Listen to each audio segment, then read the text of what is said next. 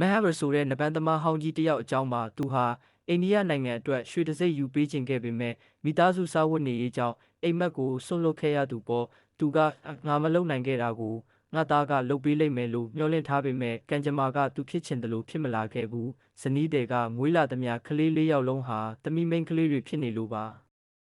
ဒါပေမဲ့တနေ့မှာတော့ထူးဆန်းတာတစ်ခုဖြစ်လာပါတယ်သူသမီးကြီးတန်းနဲ့သမီးလက်ပဲပဲတို့ဟာရက်ွက်ထဲကကောင်လေးတွေကိုအသေးလဲထိုးကျိတ်လိုက်ကြပါတယ်ဒါကိုမြင်လိုက်ရတဲ့အချိန်မှာမဲဟဗရရဲ့မျက်လုံးတွေဟာအယောင်တောက်လာပါတော့တယ်ရွှေတစိမ့်ကရွှေတစိမ့်ပဲတားကယူသမီးကယူအတူတူပဲဆိုတဲ့အတွေ့နဲ့သူ့သမီးတွေကိုနပန်းလေးကျင့်ပေးဖို့ဆုံးဖြတ်လိုက်ပါတော့တယ်ဒီနေရာမှာတော့မဲဟဗရဟာအဖေတယောက်ထက်စားရင်ဆရာတယောက်အနေနဲ့ပို့ပြီးပြင်လာပါတယ်မနက်9နာရီထခိုင်းတဲ့သပင်တွေကိုယောက်ျားလေးလိုတိုညက်ပစ်တဲ့မိန်းကလေးတွေအတွက်ခက်ခဲတဲ့လေ့ကျင့်ခန်းတွေကိုအတင်းအကျပ်လုပ်ခိုင်းပါတယ်တရွာလုံးကလည်းမိန်းကလေးတွေကိုနပန်းတင်ပေးရသလားဆိုပြီးကဲ့ရဲ့ကြသလိုသမီးတွေကလည်းအဖေဖြစ်သူကိုစိတ်နာကြပါတယ်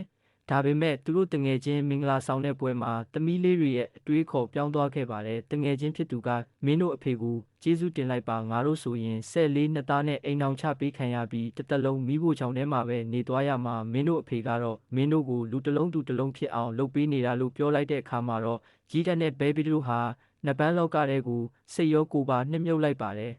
သမီးတွေဟာဒေတာတွင်နပန်းပြိုင်ပွဲတွေမှာယောက်ျားလေးတွေကိုတောင်အနိုင်ယူပြီးအမျိုးသားအားကစားသိပ္ပံနဇာကိုရောက်သွားပါတယ်။အဲ့ဒီမှာတော့ကြီးတက်ဟာအဖေတင်ပေးတဲ့နီးစနစ်ဟောင်းတွေထက်အသစ်တွေကိုပိုယုံကြည်လာပြီးအဖေနဲ့သမီးကြားမှာအကြီးအကျယ်စကားများကြပါတယ်။ဂီတာကအဖေကိုတောင်နပန်းရှင်နွဲပြီးအနိုင်ယူခဲ့တဲ့အထိအတ္တတွေတက်လာခဲ့တာပါ။ဒါပေမဲ့နိုင်ငံတကာပွဲတွေမှာဆက်တိုက်ရှုံးနေလာတဲ့အခါမှာတော့ကြီးတဟာသူမမှားသွားမှန်းသိလိုက်ရပါတယ်။နောက်ဆုံးမှာတော့အဖေဖြစ်သူစီဖုန်းဆက်ပြီးငိုယိုတောင်းပန်ခဲ့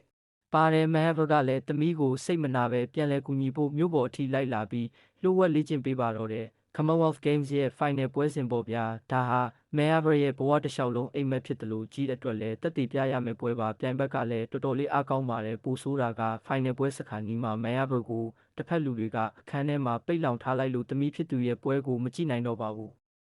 ကြီးတဲ့တယောက်တည်းအားကိုးရမဲနေတဲ့အချိန်မှာအဖေတင်ပေးခဲ့တဲ့ကိုပါကိုပဲကဲတင်ရမယ်ဆိုတဲ့စကားကိုတတိယပြီးနောက်ဆုံးစက္ကန့်မှာရမှတ်9မှတ်ရအောင်ပညာသားပါကစားလိုက်ပုံကတော့ကြည်နေတဲ့သူတိုင်းကြက်တီးထားပါတယ်အိန္ဒိယနိုင်ငံတော်တချင်းတန်မြည်လာတဲ့အချိန်မှာအခန်းထဲမှာပိတ်မိနေတဲ့မဲဘဟာသူ့သမီးရွှေတစိမ့်ရသွားပြီဆိုတာသိလိုက်ရပါတယ်မဲဟဘကသမီးကိုကြည့်ပြီးရှာပဲမင်းတော်တယ်လို့ပြောလိုက်တဲ့စကားတခွန်းဟာစုတစိမ့်အလုံးထက်ပိုတန်မိုးရှိသွားပါတယ်